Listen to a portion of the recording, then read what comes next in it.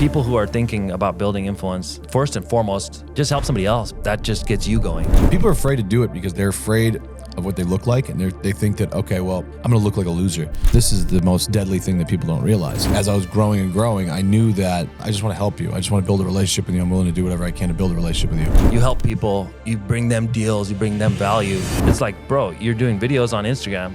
Now you're in a movie with fucking Jake Gyllenhaal. Because I'm a master at getting to people. I believe I'm one of the most connected guys on the planet. And one trick that I think that people don't realize is... All right, so building my network and putting out content on the internet has changed my entire business, probably changed my whole life. And it's allowed me to increase my income, meet all kinds of cool people. And a lot of times people are like, yo, how do you build your network? How do you build influence online? And so that's what we're gonna be talking about today. I have a really special guest. For those of you who don't know Bob Menery, he has probably 9 million followers across all social platforms right now. He actually helped build the #1 show on the internet, the Full Send Podcast. I think they're in the top 5 shows on YouTube right now. Built multiple shows online. And also, you know, he's in a movie coming out with Jake Gyllenhaal and Conor McGregor. He's freaking the voice of Buffalo Wild Wings for a while. Just, you got your hands in so much shit, Bob. It's crazy. I feel like you got, as a person who has ADD, I feel like you got I have ADD. You see me case. pacing around all the time. Because me and Neil met at the blackjack table, and that's how we got to become friends.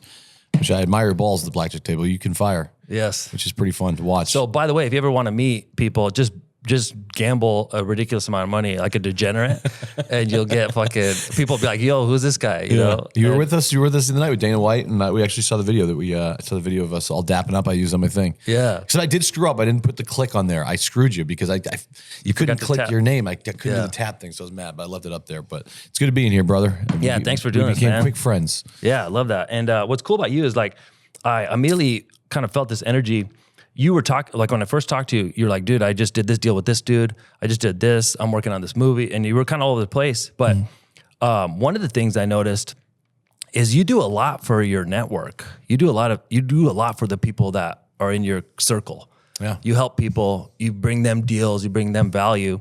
And I'm guessing that that's why you have such a good network, like a deep network. Is that right? Yeah, I think in the beginning stages of building, I first started building my social media up was, when I had 0 people literally who knew I was on the internet and whatnot at like 28 years old, coming back from LA, like rock bottom, awful, didn't have anything going for me. And my voice is what got me kind of going. I started putting out these sports broadcaster clips that made, kind of went viral because I kind of did what sports announcers want to say but can't. And I talked in this voice and did this voice thing and did parody skits and grew a bunch of fucking followers from that. But yeah, at the end of the day, man, I was always, as I was growing and growing, I knew that, I probably couldn't provide that much value to somebody, but I still wanted the relationship. So what I would do is just do whatever I could and say, hey, look, I have all these followers.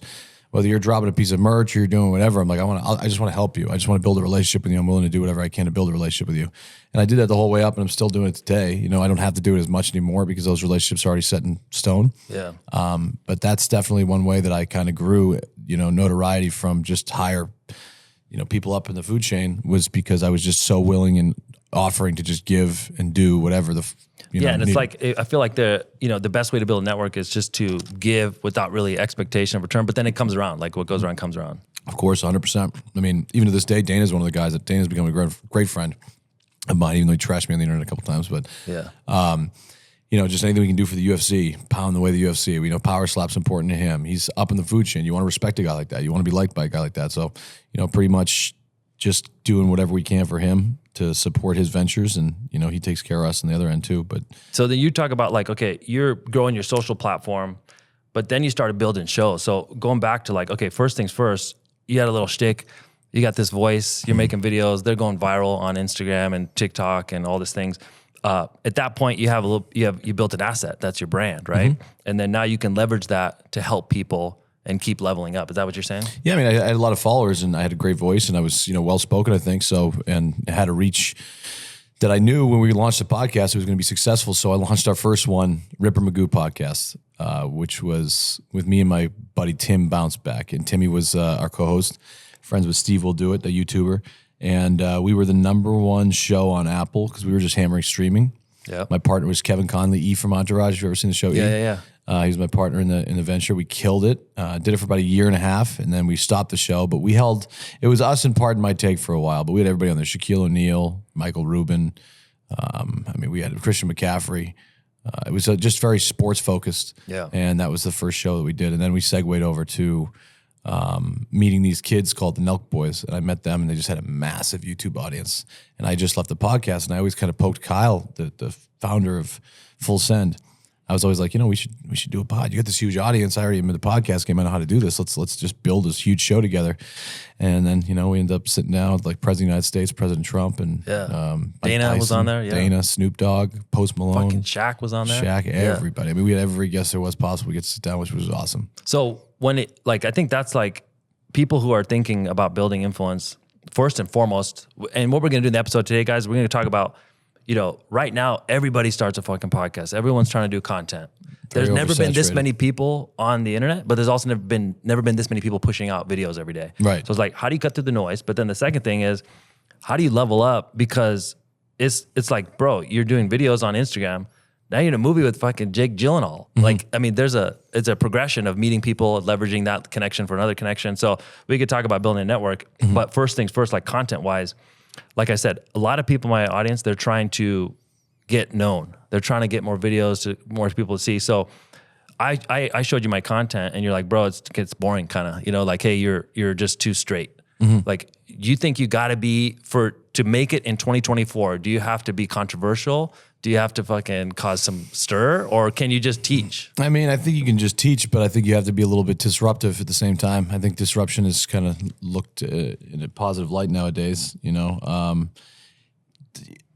I mean, I know that from all the notoriety that I've gotten from some of the most stuff that I've been known for is some of the stuff that I never wanted out there, which was like, just viral stuff, like when like the Colby Covington got jumped or something with Masvidal, and I was with him that day, and that was like something that went on the internet that got me a lot of like, and what Kyle did was he told everybody that I set him up and shit, and it was this big thing, but that's Kyle kind of like making these viral moments. He's very good at that. For me, I didn't really ever care about the views and all that stuff. They just kind of came. But, people use all the clickbait and all that stuff. Yeah. I was never about that. I just couldn't, I never really believed in all the clickbait stuff where, like, because when a guest comes in the room with me, when we do a podcast show, I want always that person to leave a better person. You know what I mean? So it's different. Like, in the beginning stages of growing and building and stuff like that, that clickbaity stuff works. All the little, grab you, all the stuff they write in the titles and the captions and the whatever it is. For me, it was always, I have a different kind of attitude. I always never wanted to do that. Any guest that I have in our podcast always gets final review. We never trip anybody up. We never want anybody to look bad. Yeah. We want everybody to come in and look better than they did when they came in the room, when they're leaving the room. And so, we've had some crazy ass. That's why I think like the Steph Currys, and Phil Mickelson's, the guys that I've engaged with and done content with and all that, was because I was so respectful of that. And that's, I think, something really important to remember along the journey is like, I wouldn't fuck with you if you try to ever trip me up with stupid clickbait and stuff like that. Like, I think that's the most frowned upon, weakest thing you can possibly do in the game. So that's one thing I'd steer away from, is doing that stuff. But that's the game for a lot of people in the beginning, is they're just trying to grab attention. So, but over long haul, that's not going to work. I mean, it works like short run. I guess it does. I see some people get away with it. That's not where I'm from. I'm kind of old school when it comes to just respect and whatnot. I've been a little disrespected a couple of times on the internet for favors that I did for people, and then they drop something and you're just like, who the fuck is this guy? Yeah. And it's just, that's why I just don't like that. So that's just one thing for me that I hate more than ever, is when people just do misleading clips and misleading stuff that, try to make you look bad so they can gain personal. Yeah. And so when you guys did this show, I mean, you guys, the laundry list of people that were on that show, I feel like, there's a lot of like, the vibe of all three of you guys on that show, the Full Send podcast, it was dope. But I feel like, the guests coming on and what you brought to the show was really good. And so like now when you guys, I think there's something going around the internet that's like, oh, it might be coming back. Yeah. And the comments were just lit. Like, dude, you got a lot of people like hating. No, they were lit. Like, dude, we haven't watched the show. Bring Bob back. Yeah. Free Bob was like, I saw free Bob. I'm like, bro. Yeah, dude. All these people. There's a lot of people that miss you in that space, right? Well, it's because we built it from the ground up together. Yeah. Me and Kyle started that thing from the ground up. So people that remember the show from the beginning when it first started, and I think when it was at the strongest point, was me and Kyle were just so obsessive compulsive with like making sure the best people were there at the time. And, like when something relevant happened in the world, we would just be on it and we'd be first to the punch. Like, for instance, like I remember I always used to call Kyle and, You know, like Antonio Brown ripped his shirt off the field and threw it into the stands. Yeah. And it was a huge thing in the sports world. And we weren't really a sports show. But I was like, Kyle, here's the deal. Like, we got to get Antonio to come in here no matter what, be his first interview. Because it's always about being first, too. Yeah. And I remember calling Antonio Brown like 20 times because it was a huge story. It was like, you know, Brady and Antonio, you don't do that. You don't run off the field and throw your shirt in the stands. And I just hammered Antonio like 20 times and just asked him for a favor. And it was because I was so respectful to him that, because there was really nothing in it for him, that over time that I was showing that respect and that giving, you know, always giving mentality, that's when it kind of comes full circle and gets back to you. But we were always on. I mean, President Trump was insane. I remember right when Russia invaded Ukraine, I had a Secretary of Defense and a really high member of the CIA guy coming down to sit down with us. And I was in a room at 3 a.m. because I get crazy ass ideas sometimes and I just can't fail. I just want to execute the mission.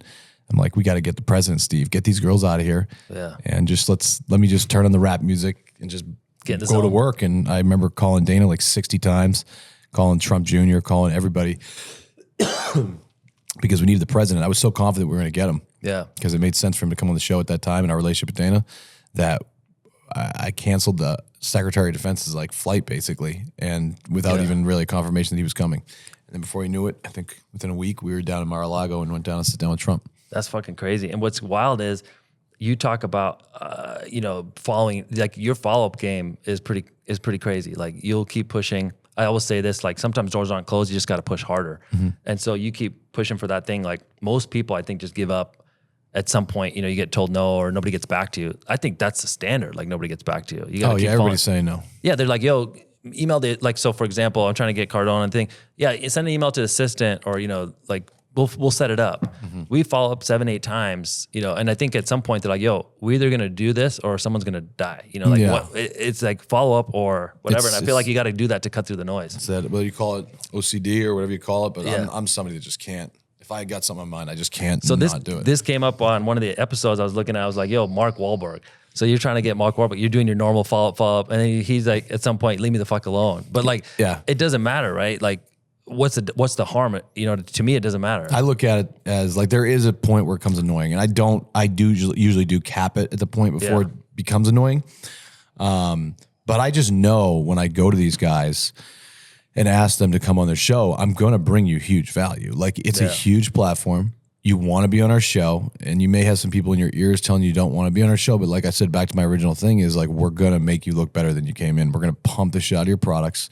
Yeah. We're going to make you look like a beast. We're going to edit, no edits, but we're going to kind of edit it in your favor if you want, because you gave us the time of day. And I look at all guests that come in, podcast guests as family. That's it. They leave, they come in family and they leave family. That's how I always look at it. So one of my all-time favorite growth hacks in business and life has been to go to live events. This is exactly why I'm putting on the 4th annual Forward event in Las Vegas live with world-class speakers like Gary Vee, Christo, Phil Jones, and many other experts who have been on this podcast. And I actually have a really cool gift for you. Because you're listening to this podcast, and I know you're the exact type of person we want in the audience at Forward, I'm gonna hook you up with something really special. Check the description below. There's a special link and a code just for you that's gonna hook you up with a huge discount for this year's event. Now, this code's only gonna work for the first 25 people, so it is first come, first serve. Check it out, and I hope to see you in Las Vegas. So for content creators out there, like this is the big takeaway, guys, is like, hey, if you're trying to build influence, you're not gonna get the Shaqs and Trump right away, but like whatever you could do to provide value to the person on the show. That's it. Like, dude,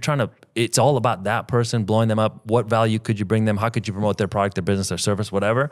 If you do that constantly, it'll just eventually the fucking world, it pays you back. I promise you, if every day, if you're watching this, I promise you if every day you go on your stuff and say you have 500 followers, you have 10,000, you have 100,000 followers. For instance, Dana White, good example.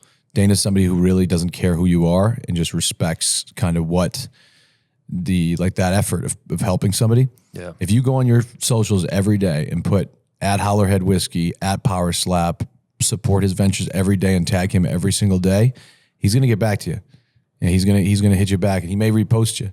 And that's where it begins, and then you get a little bit of thing, and then you screen grab that and you use that and say, hey, look at Dana posted me, and you go to the next guy and you say, like, you use that as kind of like is a resume in a sense of that's what it is. But like even like all your favorite people's products or whatever like that, they'll see it over time, DMs that everybody thinks people get, like flooding DMs. There's times where I get DMs every 15 seconds. Yeah. There's times where I get DMs every half hour.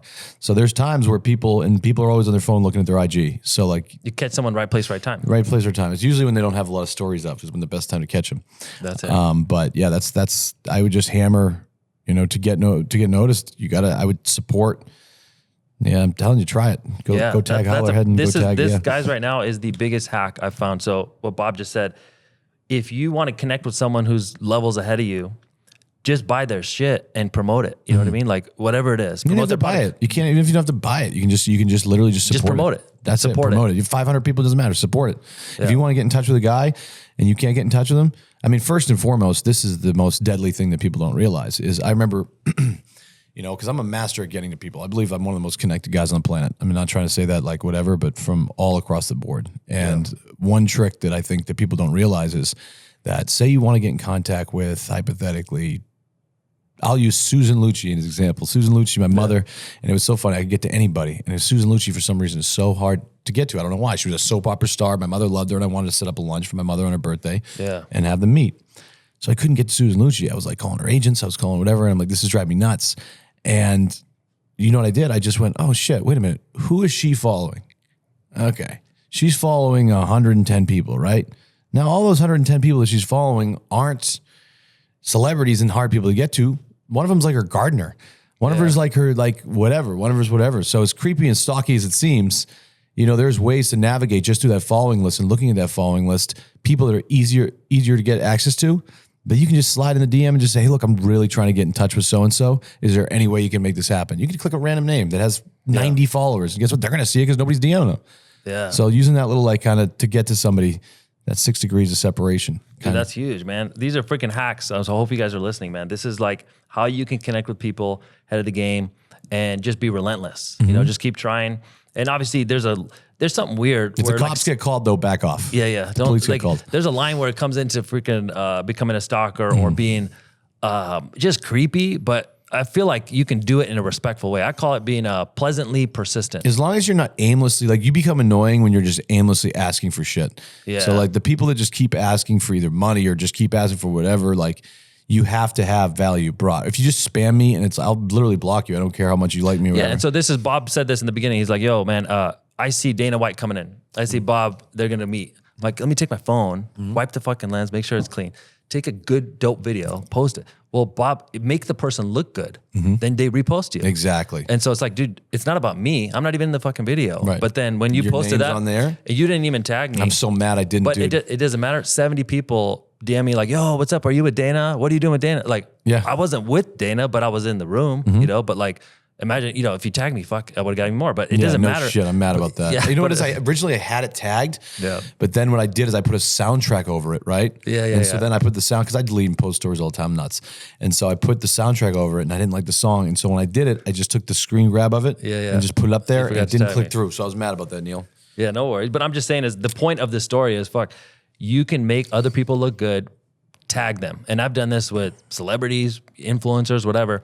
They're around you. First, you got to be around people, but like, this is something that just came up. You just moved to Vegas. I moved to Vegas last year because there was nothing going on in the town I was at. And a lot of people, I feel like people are like, yo, I'm stuck here. It's hard. I understand if you got a family and kids, but like, we have kids. If there's nothing going on, why can't you just leave and go somewhere to a place where there is shit going on? And since I've been here in just 6 months, the people I've met randomly, connections I've had, business deals, all kinds of shit is just blown up because I'm in like the proximity. I think one thing is just being around people where there's energy, where there's shit going on. I don't know. I mean, Las Vegas is intense to live in. You got to have really crazy mental discipline. I mean, I'm here for a sole reason. We're launching a casino out here, international casino.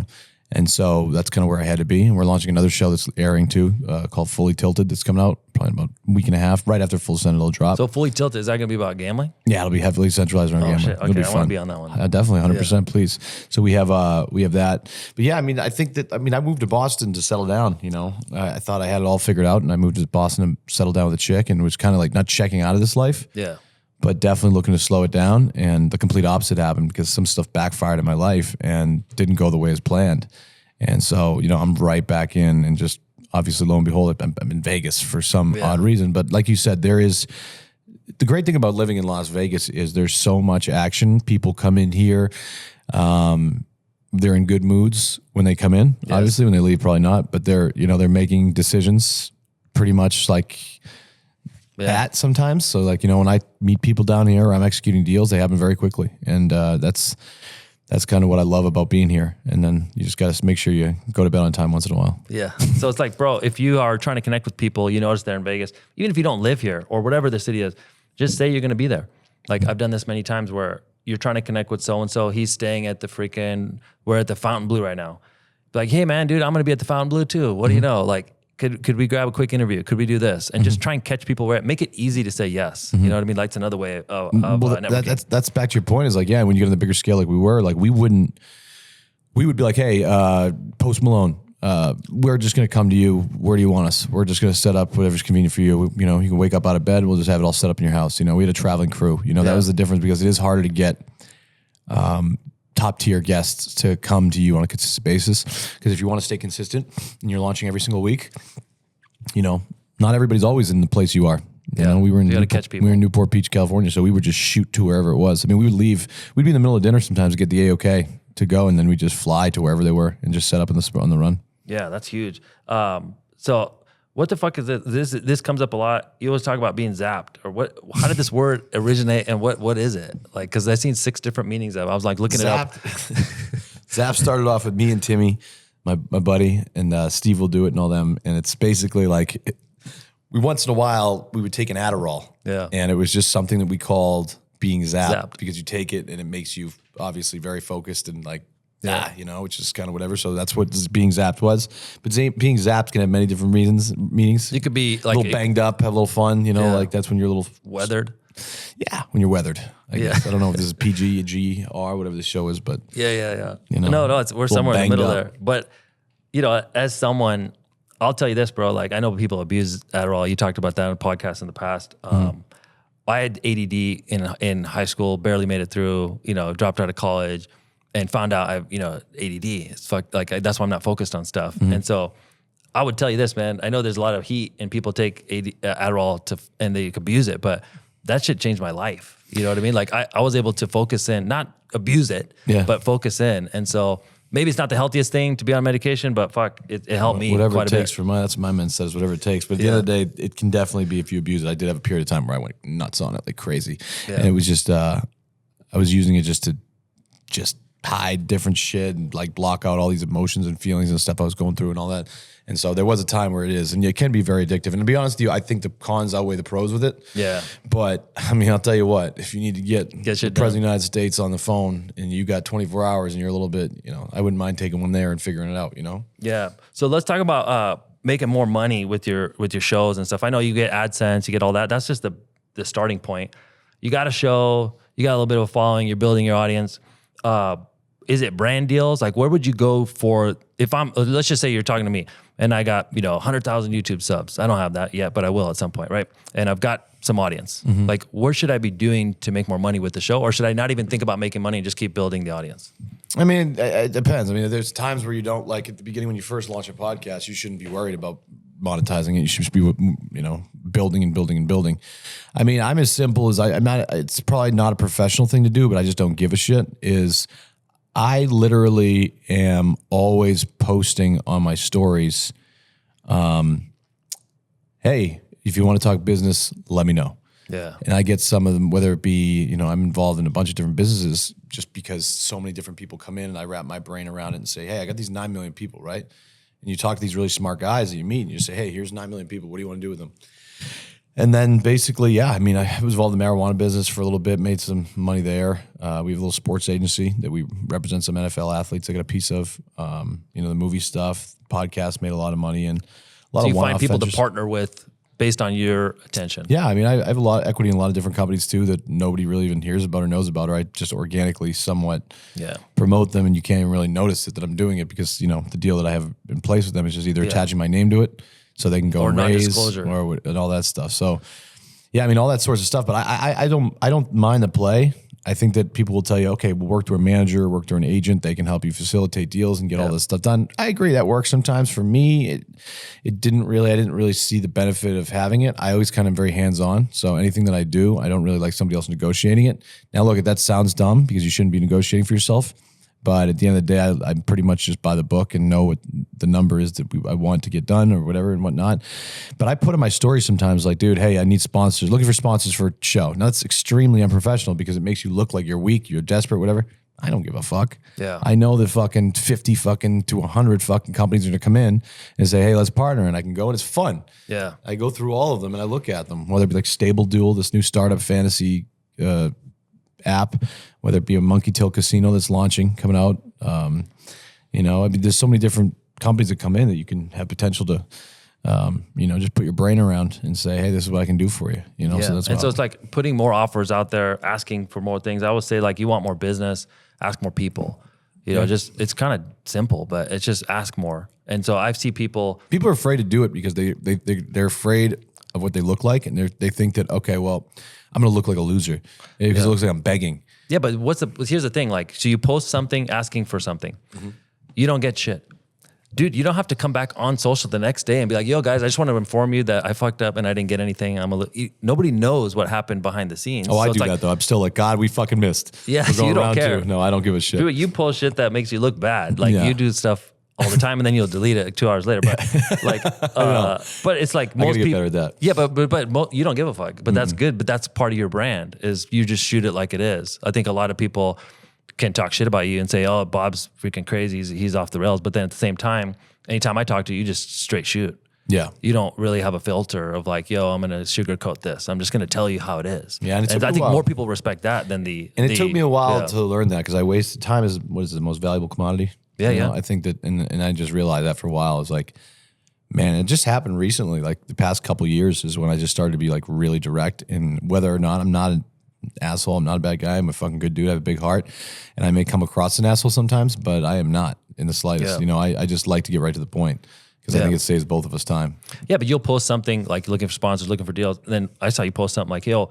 anybody in my audience wants to come hang out. I'll fly I out love doing that stuff. Bro, I was at the casino and one dude came out and you were promoting his podcast and he just came to hang with you, just a random dude off Instagram. Yeah. I mean, I love to help people. It's something that my mother raised me pretty well when it comes to that. She was always about giving back to people and stuff like that. And why wouldn't I? You know, I was blessed enough to be able to be in the position I'm in where I have so much opportunity ahead of me and so many connections and all that. So I think giving back is the most important thing. You know, if you're ever in a bad time or in a dark time or anything like that, you help people. It makes you feel a lot better, you know? Yeah. One thing I said, this is kind of sounds cliche or whatever, but if you are burnt out, you're stuck, you feel like in a rut, just help somebody else, bro. I found out that just gets you going.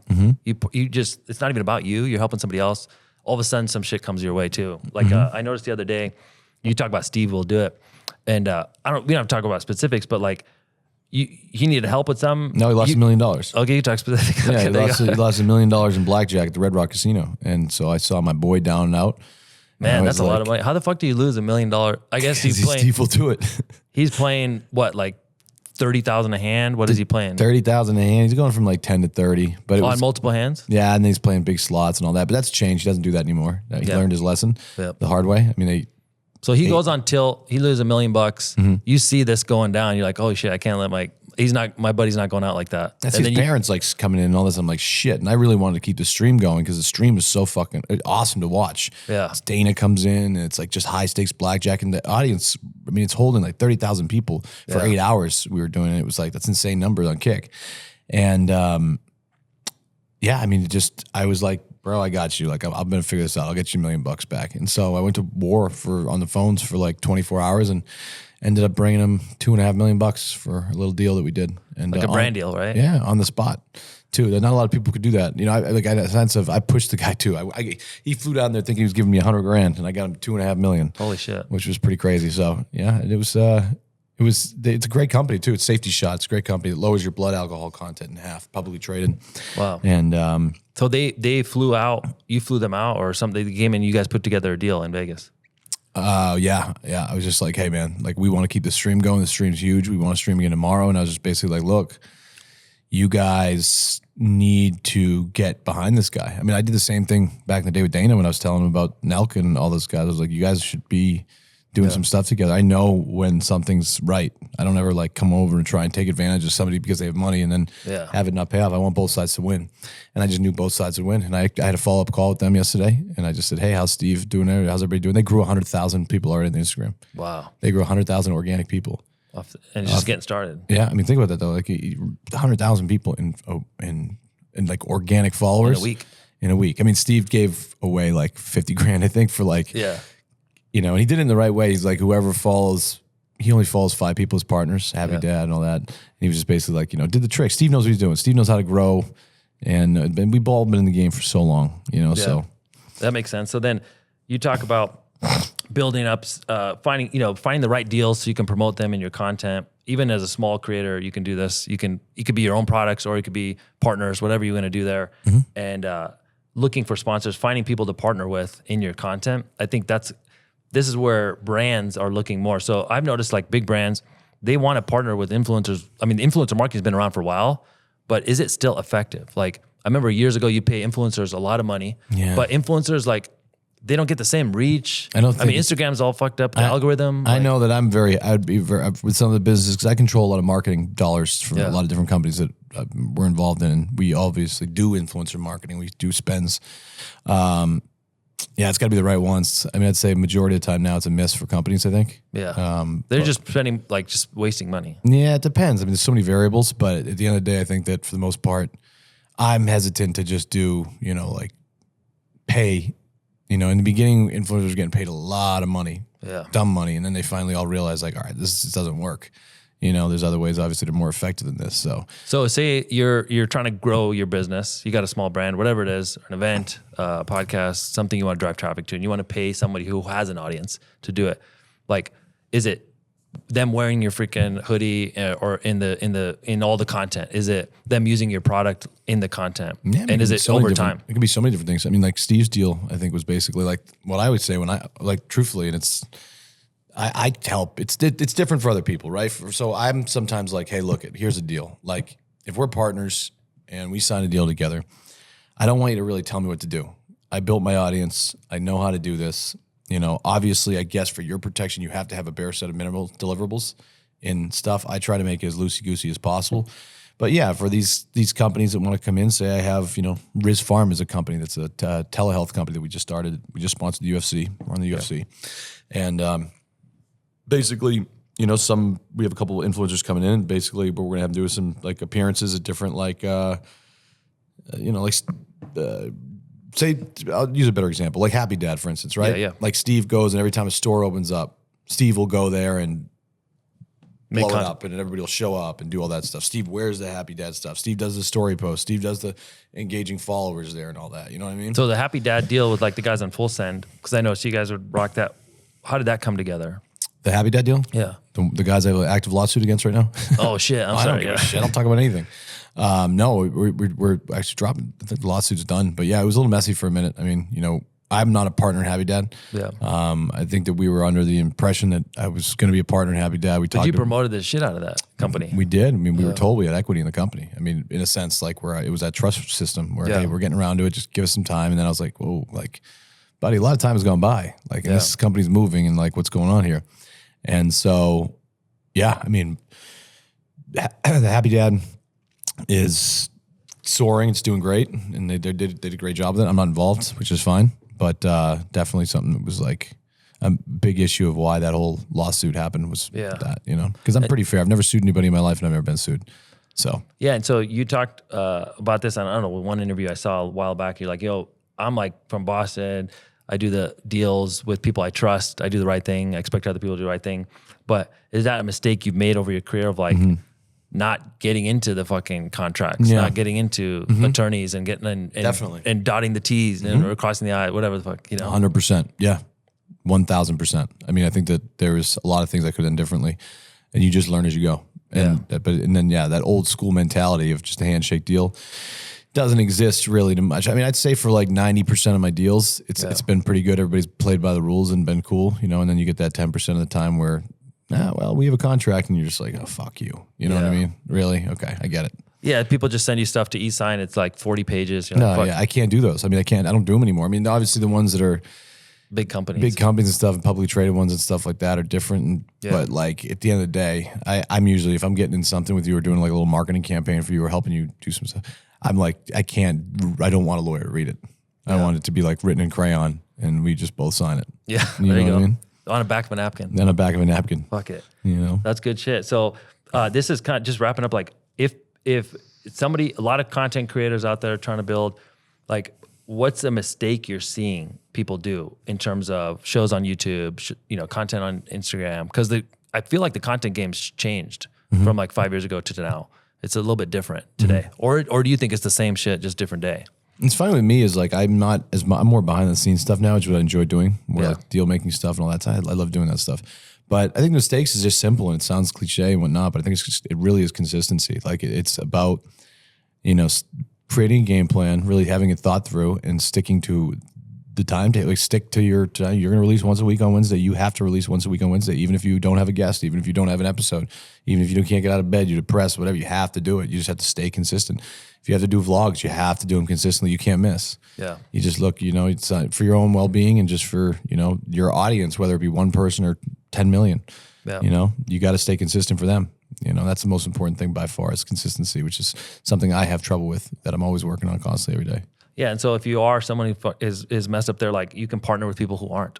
Exactly. I mean, who are good at that shit. Infrastructure. Yes. Getting some infrastructure in place is important. Big time. And then what's your feeling on this? Just in terms of right now, I noticed on Instagram, it might be because I'm a degenerate, but I see a lot of gambling content.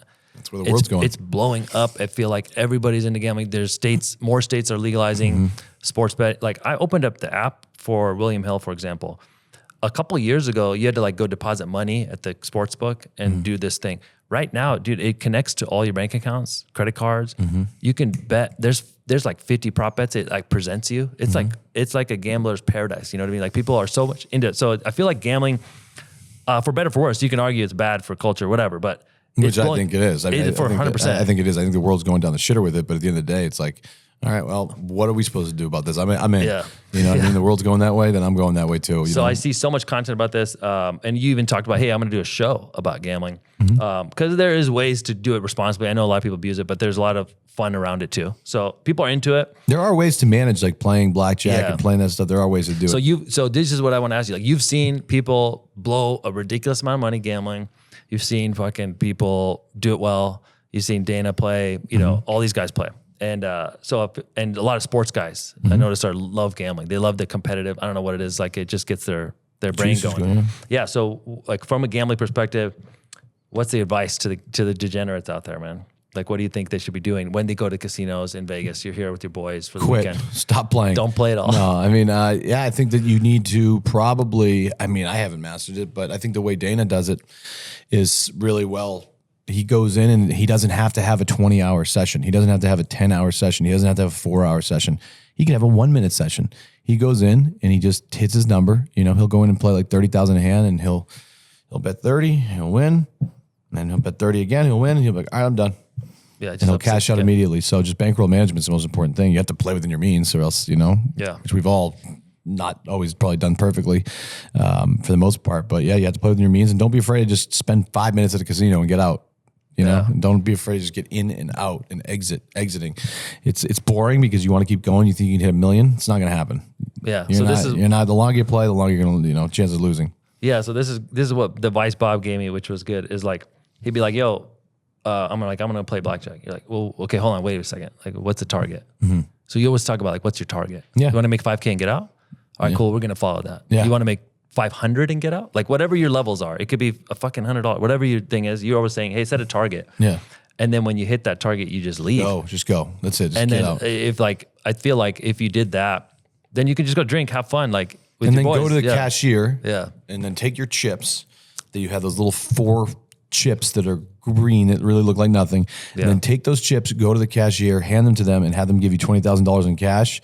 And then you'll look at the difference of chips and cash. Yeah. Because these chips are just easy. You don't think about it. But when it's in your hand and it's cash, green money, you start to realize, oh, this is a lot of money. I shouldn't be doing, man, I got lucky. I made my 10 grand there. Holy shit, I ain't risking this. Yeah. Imagine if freaking Steve had $1 million in cash on the table. Oh my God, exactly. It'd be insane. Right. But it's just these casinos know what they're doing. It's just chips. It's like, there's this little blue thing that says 50,000 on it. I'm like, what if it falls out of my hand? yeah, it's funny money. Right? How much money do you think these casinos make on lost chips? So that's a lot. And then if you find a big one, thing is you can't even cash it. You can't. Because they have to trace it back to a verified player. Right. So if you ever find like a $5,000 chip, you can't do anything with it. I don't think you'd have to give it to somebody who plays at that level. Yeah, exactly. So, Which isn't hard to do. Yeah, we can figure it out. You can figure that shit out, I'm sure. Yeah. But the thing is, people, in terms of like how much they're betting, all this stuff, I just see people come in and they want some unrealistic target. Like you want to make, like you said, $1 million, or you want to make 100 grand or 10 grand, but you came in with fucking $500 or $1,000. So I think you got to set a lower target. Yeah. And just take it. You can always make 20% of your investment every day. You'd be good, right? Yep. Put in 500, you want to make 200. That's it. If you guys want to follow Bob, obviously, if you don't follow him on social, and send him a DM. And if he doesn't respond, just send him another one. And don't listen to him. And then just keep sending him fucking DMs until until eventually he gets back to you. That's the way to get in contact with Bob if you ever want to connect with him. Yeah, we'll have a party at Neil's, all of us. Yes. But thanks, man, for doing the show. I really appreciate you, Man, I love it.